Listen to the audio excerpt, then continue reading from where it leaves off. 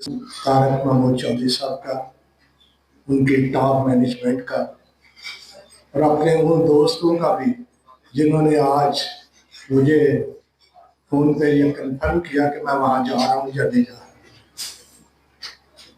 तारक चौधरी साहब से भी मैंने बड़ी गुजारिश की कि तारक साहब, मैं मेहमान ख़ुसूसी बनने का आदी नहीं हूँ, मैं वादा करता हूँ कि मैं ज़रूर हाजिर हूँगा, लेकिन इस हैसियत में ना मुझे बुलाए। तो उनके साथ ब्रिगेडियर साहब भी आए हुए थे। तो ब्रिगेडियर साहब ने इतना मुझे बार बार फ़ोन किया, तो आज मैं हैरान हो गया हूँ कि ब्रिगेडियर साहब अपनी नसाज़तगा की वजह से नहीं आ सके और मैं हाजिर। मुबारकबाद पेश करता हूँ तारक महमूद चौधरी साहब को, उनकी तमाम मैनेजमेंट को, उनकी 30 साला एक्सीलेंट परफॉर्मेंस पे। तारक चौधरी साहब के साथ मेरा बड़ा दरीना रिश्ता है। तारक साहब चौधरी साहब को मेरे छोटे भाई ने एक असाइनमेंट दी और कहा कि चौधरी साहब, ये हर कीमत पे इस दिन शिप होनी चाहिए। तो कहने का मकसद ये है कि यहाँ पे मैं देख रहा हूँ तो थिंक लॉजिस्टिक, थिंक डायनेमिक, तो थिंक अबाउट, ये सिर्फ नाम के इन्होंने जो अपनी हसीयत में बड़े डायनेमिक है। अब आप इससे ही अंदाजा कीजिए कि तारक साहब कहाँ से उठे हैं और कहाँ तक पहुंचे।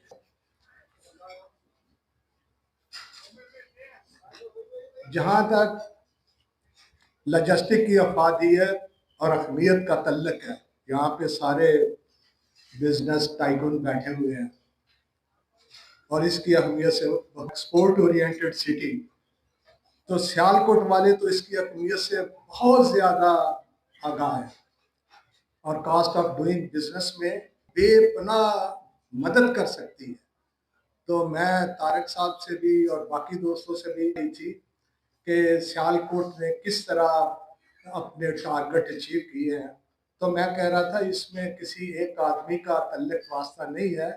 सियालकोट की जो बिजनेस कम्युनिटी है और ख़ास तौर से वो लोग जो सियालकोट चैम्बर के साथ वाबस्ता है, मैं ईमानदारी से कह सकता हूँ कि पूरी सपोर्ट करेंगे। और इसकी अहमियत जो है, ये पाक चाइना कॉरिडोर, इकनॉमिक कॉरिडोर जो बना है, इसने तो इसकी अहमियत को और भी बहुत बढ़ा दी है। तो मैं समझता हूँ कि इस बिजनेस की जो अहमियत है, इससे हम सभी लोग आगाह है और मैं आप सबका बेहद शुक्रगुजार हूँ कि आप लोग यहाँ पे तशरीफ लाए और हमें एक दूसरे से मिलने का मौका मिला। बहुत बहुत शुक्रिया। फरमाया, मेरा तो अल्लाह की 30 साल पुराना ही है, जब ये सियालकोट में इन्होंने माशाल्लाह काम शुरू किया था और काफ़ी अरसे के बाद मैं कराची में मिला, तो जाहिर है कि वो उस तरह जवान तो नहीं थे, लेकिन इनके जज्बे उससे बहुत बेहतर जवान थे माशाल्लाह। और ये चीज़ इन्होंने की है, मैं हमेशा दोस्तों को कहता हूँ कि देखें, आप अगर किसी जगह रुक जाए, सस्टेनेबल हो जाए, तो चीज़ें, बाकी चीज़ें चलती जाती हैं और आप पीछे रह जाते हैं। तो जो लोग रिसर्च के साथ, रिसर्च का मतलब हर चीज़ में इन्होंने दिखाया कि एचआर ने कहाँ से उठाया है। मैं सोच रहा था कि डीएचएल का क्या बना, और सारे बंदे इन्होंने पकड़ लिए तो माशाल्लाह they are doing fantastic job, और उन्होंने बंदे चुन चुन के लिए हैं और ये अपनी कंपनी को इस लेवल का बनाया है कि माशाल्लाह हर तरीके के चैलेंजेस उठा सकें। सियालकोट में आपको पता है कि सबसे बड़ा चैलेंज एसएमई शहर होने की वजह से एलसीएल शिपमेंट्स और उनकी कंसोलिडेशन है, और हमें इंपोर्ट में भी उधरी से मार पड़ती है और एक्सपोर्ट में भी उधरी से मार पड़ती है। आज डिस्काउंट मिलेगा और तकरीबन 33% इंपोर्ट में मिलेगा, तो उम्मीद है कि ये चीज़ डेफिनेटली एलसीएल शिपमेंट पे लाजमी अप्लाई होगी, और इससे कम अज़ कम मैं समझता हूँ कि हम लोगों को भला होगा। और दूसरी चीज़, जो प्रॉम्प्ट शिपमेंट्स होंगी, टाइम सेविंग्स होगी, हम की फजूल किस्म की डॉक्यूमेंटेशन से बचेंगे, और जो इनकी जिन्होंने बताया कि पेपरलेस काम कर रहे हैं मोस्ट इनोवेटिव है, तो वो चीज़ भी उनके एफिशिएंसी में उम्मीद है मदद करेगी। सियालकोट चूंकि इससे कराची से इतनी दूर बैठा हुआ है, उस वजह से इसके चैलेंजेस ज़रा डिफरेंट है। कराची वालों के चैलेंजेस हमसे मेरा ख्याल न होने के बराबर होंगे, स्पेशली जब कार्गो को देखें, लॉजिस्टिक्स को देखें। अभी दूसरी तरफ से आपको पता है कि एशियन स्टेट्स में माशाल्लाह बिजनेस शुरू हो गया हुआ है, तो इन्होंने अफगानिस्तान के साथ अगर शुरू कर दिया हुआ है तो उम्मीद है कि ये एशियन स्टेट्स के साथ भी कर रहे होंगे। बाई रोड जो है उसमें भी इनकी एक्सपर्टीज हमें चाहिए होगी, और उसके अंदर फिर एलसीएल शिपमेंट्स जो है ना वो इम्पोर्टेंट होगी, क्योंकि सियालकोट स्पेशली सर्जिकल है, वो एफसीएल बहुत मुश्किल है, कहाँ से एफसीएल करेंगे, बहुत कम लोग हैं।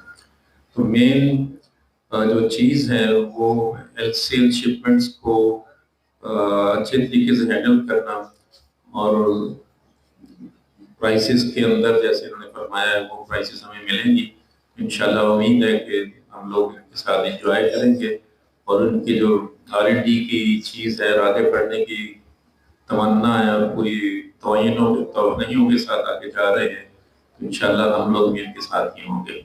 हम पूरी दुआ करता हूँ मैं इंशाल्लाह अपने भाई के लिए कि आगे रियाजुद्दीन साहब, ख्वाजा मंसूर साहब से, ख्वाजा खावर साहब, शेख अब्दुल वही समदर साहब, another distinguished guest.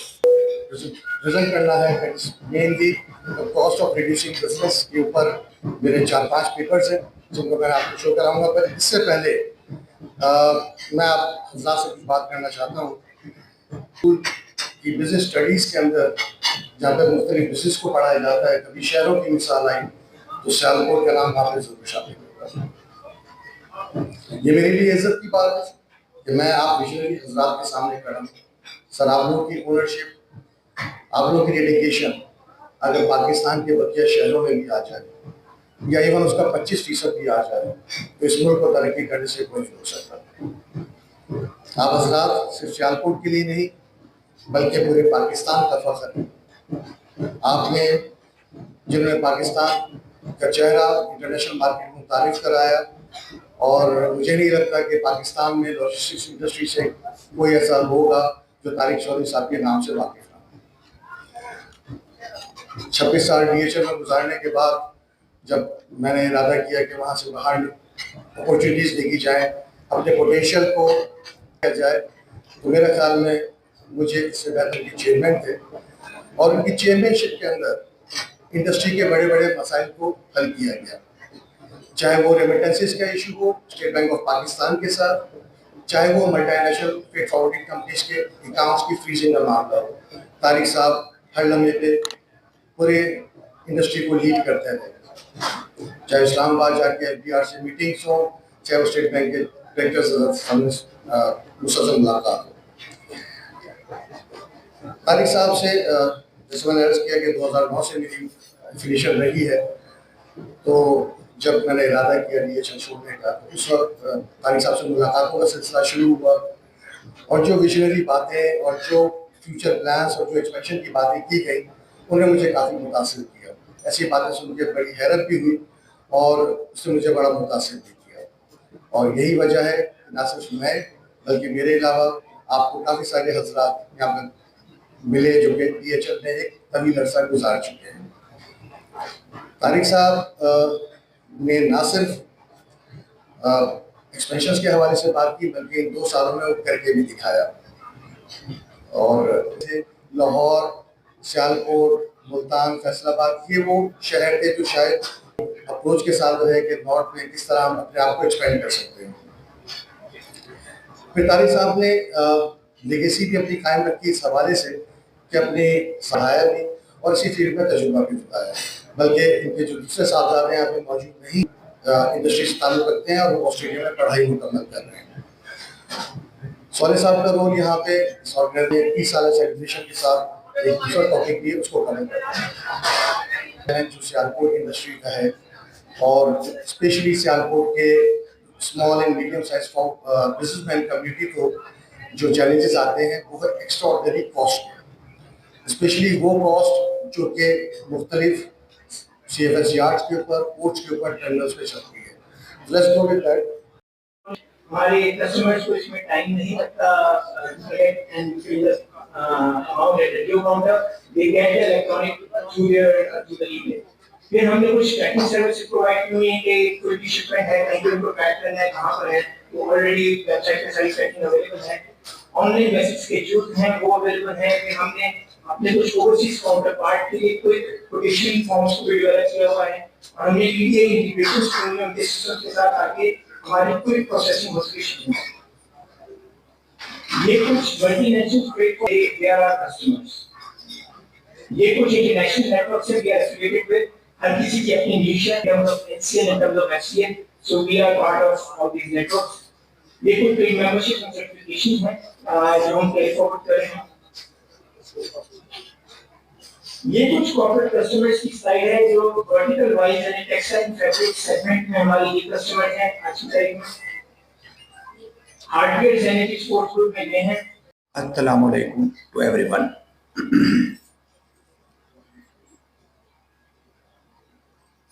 बड़ी ईमानदारी से मैं उस जज्बाती कैफियत में चला गया हूँ कि शायद मैं कोशिश करूंगा कि मेरी आंखों में आंसू ना आए। शेख साहब ने जो बातें माशाल्लाह की और ख्वाजा मसूद साहब ने जो की, मैं जब ये प्रोग्राम बनाया पिछले 2-4 रोज से स्पेशली मैं सोच रहा था कि एक तरफ ये था कि मैं ख्वाजा साहब मेरे बड़े भाई हैं, उन्होंने एक छोटी सी मुझे एडवाइस दी कि ये ना हो कि बहुत डाइवर्सिफाइड बात हो जाए। तो ऑनेस्टली बताऊं तो लगता मुझे ऐसे है कि शायद मैं 10 दिन भी बात करता रहा हूँ सियालकोट से लॉजिस्टिक तो शायद रुकूंगा नहीं, लेकिन डेफिनेटली कल वर्किंग डे भी है और इस मौके में कोशिश करूंगा कि जितनी समराइज करके बात करूं। ये थोड़ी सी जो शेख रियाज साहब ने, ख्वाजा मसूद साहब ने बात की है, सबसे पहले तो मैं खुदा ताला का शुक्र अदा करता हूँ, अल्लाह के हजूर सर बसजूद हूँ कि एक 25 साल का लड़का सियालकोट की धरती पे आता है और एयर फ्रांस कार्गो में अपना कैरियर का आगाज करता है। और जब मैं आगाज करता हूँ तो मैं अगर नाम रिकॉल करने लगता हूँ, शेख रियाजुद्दीन साहब जैसे उन्होंने फरमाया, तो सलीम अवार्ड साहब अल्लाह ताला उनके दर्जात बुलंद करे। अवान पोर्ट की जितनी भी मशीनरी इंपोर्ट की मेरे हाथों से, मैं खुद टिफले मकतब था और Nadeem corporation, house of surgical, मदर शबीर साहब अल्लाह ताला उनको जन्नत नसीब करे, Starbuck, silver star, how you can name it, Halifax. तो मैं शायद कुछ नाम रिकॉल ना कर पाऊँ, लेकिन मैं अगर चीज़ों को रिकॉल करता हूँ तो मैं, मेरा पहला जो बड़ा स्टेप आज जहाँ मैं पहुँचा हूँ तो ये एवोल्यूशन का अमल था। एक दिन मैं एक लम्हे सोचा, कुछ वक्त एयरलाइंस ऑपरेट नहीं होती थी नॉर्थ में, पंजाब साइड पे, और तमाम शिपिंग लाइंस कराची में थी, पोर्ट कराची में थी। तो मैंने कहा अगर मुझे इस बिजनेस में ग्रो करना है, आगे बढ़ना है, तो मुझे रीलोकेट होना है। तो मैंने एक दिन फैसला किया और कराची रीलोकेट हो गया। फिर कुछ अर्सा लोकल काम किया, क्योंकि ये बड़ा ज़रूरी है इस चीज़ को मुंसलिक करना कि इतना बड़ा काम करने के बजाय सियालकोट को मैं क्यों भूल गया, जहाँ से मेरी ज़िंदगी का आगाज़ होता है। फिर मैं, हमारा क्योंकि ये बिजनेस ऐसा है कि इसमें लोकल के साथ इंटरनेशनली जब तक आप हर रीजन में कनेक्टेड नहीं होते तो उस वक्त तक ये काम आप नहीं कर सकते। तो फिर मैं इंटरनेशनल, कोई आज अल्लाह का लाख लाख शुक्र है वर्ल्ड को कहते हैं, तो that has been divided into various region. Europe है, वेस्ट मेडिटेरियन पोर्ट्स हैं, ईस्ट मेडिटेरियन पोर्ट्स है, यूके नॉर्थ कॉन्टिनेंटल है, साउथर्न पोर्ट्स हैं। तो नॉर्मली कोई भी एक बड़ा जो लॉजिस्टिक ऑपरेटर है वो उस वक्त तक काम कर ही नहीं सकता जब तक उसकी ग्लोबल प्रेजेंस नहीं है। तो by the grace of God ये 85 और आज 40 साल हो चुके हैं और 30 साल मैंने कराची जाके कुछ अर्से बाद डायनेमिक के ब्रांड को बनाया, उसकी रिकग्निशन थी। तो जब मैं यहाँ से गया तो बेसिकली ये सियालकोट की मार्केट का मुझे बखूबी अंदाजा है कि क्लीनिंग एजेंट होल मार्केट है। ये जो मेरे पास है, मैं उनको एक रीजनेबल प्रॉफिट अपने पर रिटेन करके उनको मैं अपना, लेकिन उनसे मेरी कमिटमेंट थी कि मैं किसी भी बहुत बड़ा मुझे अपना सेक्रीफाइस करना पड़ा कि किसी भी कस्टमर को मैं डायरेक्ट अप्रोच नहीं करूंगा। खैर फिर उसने नेटवर्क बना लिए, अपने पार्टनर बना लिए। एक लम्हा ऐसा आया कि मैं, क्योंकि कोई भी एक कस्टमर है, उसकी साइकी है किसी कोने में भी पाकिस्तान में बैठा हुआ है, उसने 1 क्यूबिक मीटर कार्गो भी भेजना है या मंगवाना है, वो चाहता है कि ये कार्गो एफसीएल कंटेनर की तरह शिप हो। तो लिहाजा इसी विजन के साथ मैंने अपनी टीम को बोला उठ खड़े हूं और इस प्रोडक्ट को बहुत साल पहले एफसीएल का जब एक कंटेनर आप लेते हैं $2000-3000 आप पे करते हैं। मैंने कहा इसका घबराना नहीं कि मेरी तरफ से ओपन है, शिपमेंट ऑफलोड नहीं होगी, शिप होगी। 60 CPM होता है और हाई क्यूब में 70 होता है। तो अगर हाफ बॉक्स खाली होगा तो वो हमारा लॉस है। मैं कहीं का फिक्र नहीं करना, क्योंकि पहले प्रोडक्ट को बनाना है। आगे सियालकोट में क्लीनिंग एजेंट होल मार्केट थी, तो और वो एथिकली निजाम भी यही है कि अल्लाह ताला ने हर चीज का रिस्क लिखा हुआ होता है। तो प्रिंसिपली मैंने अपने टीमों को कहा कि again in spite of the knowing the fact that I was born from Sialkot as for the business is concern, तो मैंने कहा नहीं, कस्टमर को डायरेक्ट अप्रोच नहीं करना। ये सिलसिला चलता रहा, लेकिन मैं यहाँ पे क्रेडिट देना चाहूंगा कि ये आज मैं खड़ा कैसे हूँ, ये प्रोग्राम कैसे बना, इसमें क्या रीजन है। मेरे कुछ डायरेक्टर्स नॉर्थ के विजिट पे आते हैं, सियालकोट आते हैं और उनकी मुलाकात ख्वाजा खावर साहब से हो जाती है। ख्वाजा खावर साहब को जब ये पता चलता है नेशनल शिपिंग कॉर्पोरेशन और डायनेमिक ग्रुप एडवाइजर भी हैं और इस ग्रुप से नुमाइंद, तो उन्होंने ये कहा कि अपने ओनर से जाके बात करवाइए, हमारी इंडस्ट्री बहुत सफर कर रही है। खैर वो बात चलती है और वो ख्वाजा खावर साहब शेख वहीद साहब से पास एज ए चेयरमैन एक्टिविटी ले जाते हैं और उसके बाद मैं और ब्रिगेडियर राशिद, पहले शेख वहीद साहब, शेख नवीद साहब, ये सब हजरात आते हैं। ख्वाजा कलीम साहब कराची आते हैं, मुलाकात करते हैं। मुझे इन्होंने कहा कि तो तब इस सिलसिले में आप लोगों की हेल्प चाहिए। मैंने कहा लकीली आप एक ऐसी जगह पे पहुंच गए हैं, मेरी पूरी इंडस्ट्री जानती है। मैं किसी हद तक कहता हूँ चाहे आपकी इंडस्ट्री है तो इसमें भी माफियात बैठे हुए हैं। कारोबार करना हर किसी का राइट है, लेकिन माफिया किसी को भी अलो नहीं होता। हमारी इंडस्ट्री में भी है, शिपिंग फेज में भी है, लॉजिस्टिक में है, टर्मिनल में भी है, सब चीजें मौजूद। तो मैंने कहा जी बिल्कुल, मैं होल हार्टेडली जो अल्लाह ताला ने मुझ पे और रीजनिंग ये है, अभी खाई साहब ने दरमियान में कहा, तो मैंने कहा दैट टाइम ओवर नाउ, क्योंकि मैंने एथिकल ग्राउंड पे बड़ा किया, लेकिन अनफॉर्चुनेटली वो प्रोडक्ट है, कुछ भी नहीं हो रहा। मैं मेरी पूरी इंडस्ट्री गवर्नमेंट लेवल पे भी complaint I know about it, ministry of commerce पे भी है, कस्टम में भी एसोसिएशन का बना, तो मैं फेडरेशन गया तो लोगों ने वहां पे भी मुझे यही ऑलमोस्ट कंप्लेंट की। उस वक्त हमारी इंपोर्ट एलसीएल जितनी थी वो सारी की सारी C&F होती थी। मैंने अपने लोगों को एग्जैक्ट जो मैं काम आज इनिशिएट करने लगा हूँ यहाँ पे, तो मैंने अपने लोगों को कहा कि आप लोग उठ खड़े हों और तमाम कस्टमर को एजुकेट करें कि जी आज के बाद एलसीएल इंपोर्ट C&F नहीं करना, इसको FOB मंगवाना है और उसमें सिंगल चार्ज होगा, कोई उसमें प्लस माइनस कास्ट नहीं होगा। और ये 2008-9 की बात है। आज उस वक्त 80 to 90% C&F इंपोर्ट होती थी। When I was the trend setter, जब मैंने इनिशिएट किया, और आज 70 to 80% FOB हो गई है। तो आज उस पॉइंट ऑफ व्यू से वो जो मसाइल थे वो तो खत्म हो गए। का ओवरऑल हमारे कंट्री का कल्चर यही है। तो उस पॉइंट ऑफ ये सारा जो मसला है ये टर्मिनल की वजह से मैंने अगेन अच्छा दरमियान में मेरी ये जो एवोल्यूशन हो रही थी, तो उसमें 2012 में आई टूक a strategic decision for the family. बच्चों ने हायर एजुकेशन लेनी थी, थैंक गॉड कि उसी टाइम में बिजनेस मजीद भी ग्रो हुआ, बच्चों ने एजुकेशन भी ले ली। बड़ा बेटा अभी माशाल्लाह है, he is master in supply chain logistic, multinational भी वही ग्रूम हुआ लॉजिस्टिक ग्रुप में। बाइंग शिपमेंट ले लेना, this is not the logistic.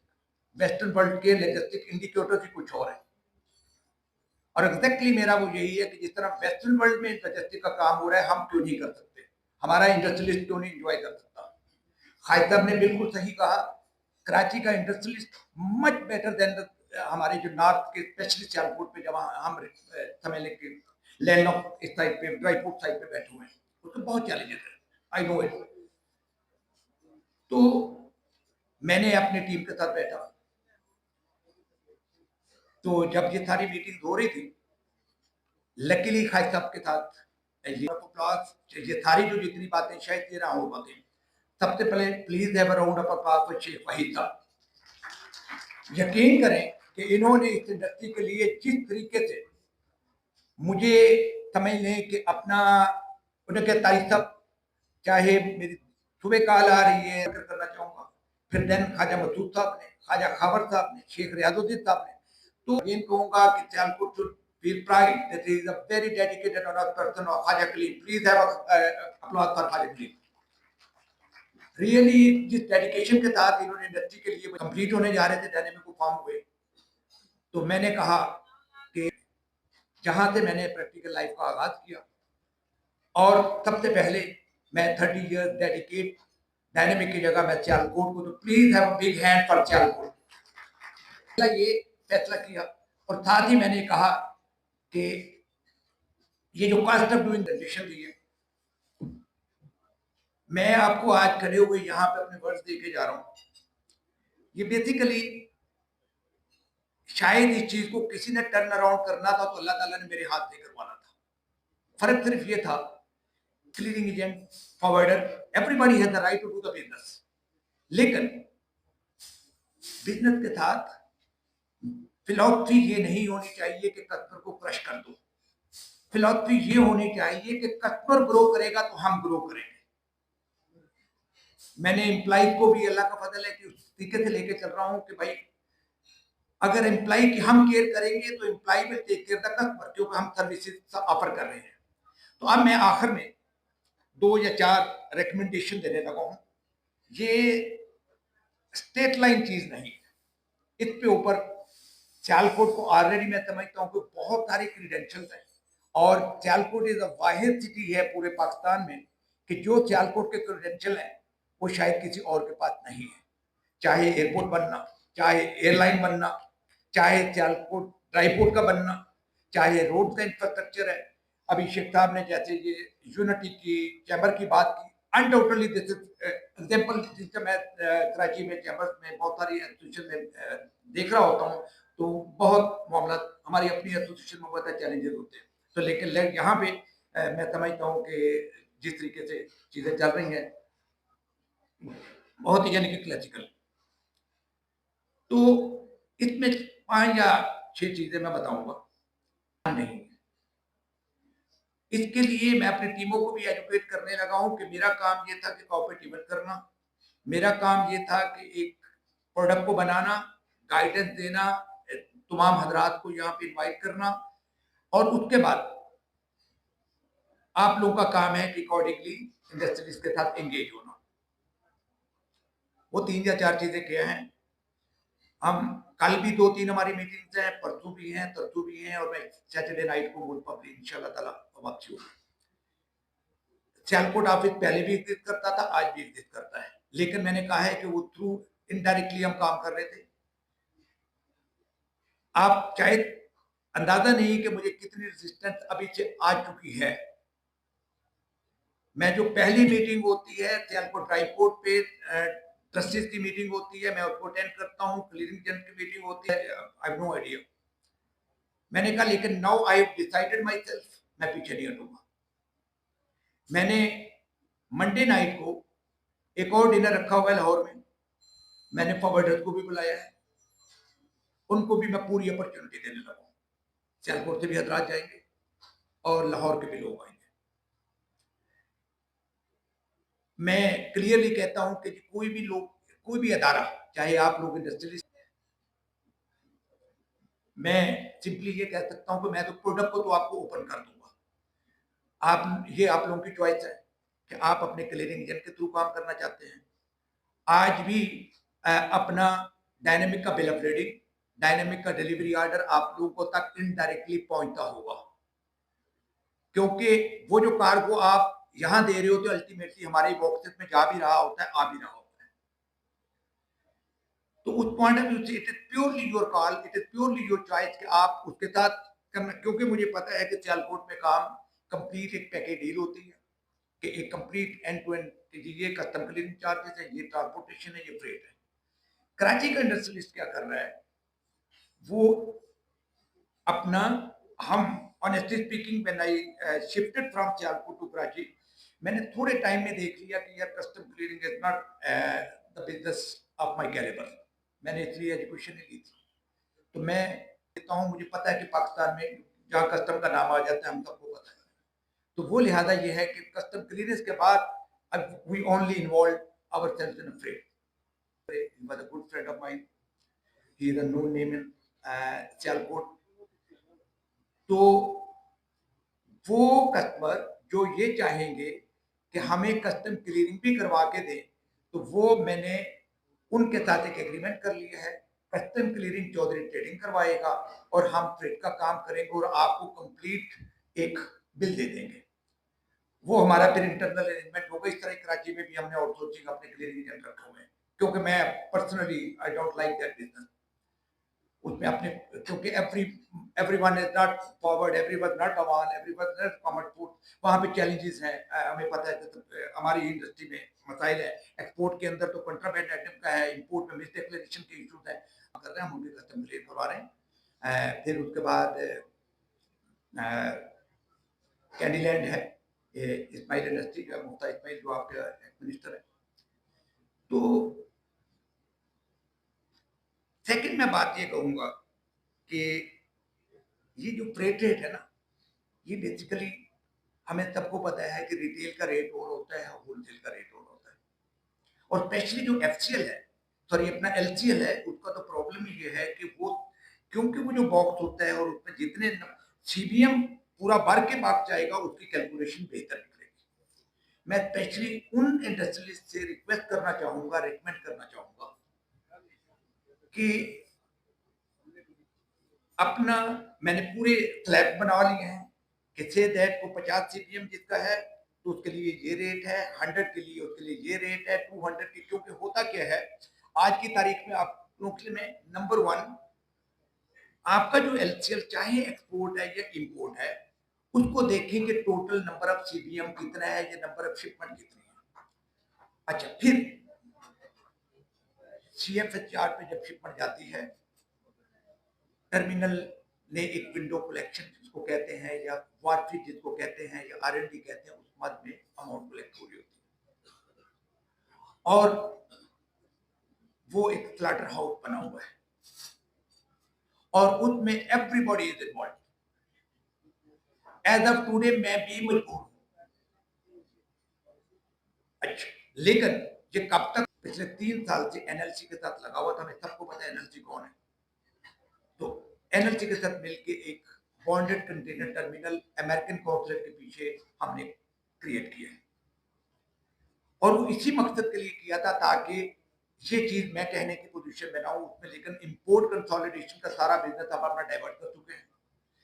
पहले तो मेरी रिकमेंडेशन ये होगी कि जिस ये भले चाहे इंपोर्ट कर रहे हैं, लेकिन हम जनरली, ये हमारे पूरे पाकिस्तान का प्रॉब्लम है इंडस्ट्रीज का।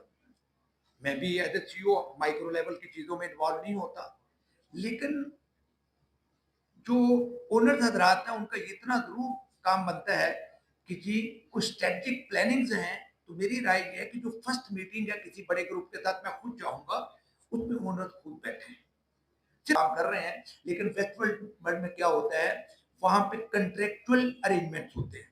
कंट्रेक्चुअल अरेंजमेंट मीन कि आप कस्टमर ने फॉरवर्डर से साथ लॉजिस्टिक ग्रुप के साथ करें, वाई से करें, नहीं करें, लेकिन उसकी कंट्रेक्चुअल एप्लीकेशन पे आज की तारीख में क्या होता है, आपकी लॉजिस्टिक डिपार्टमेंट भी यही करते हैं।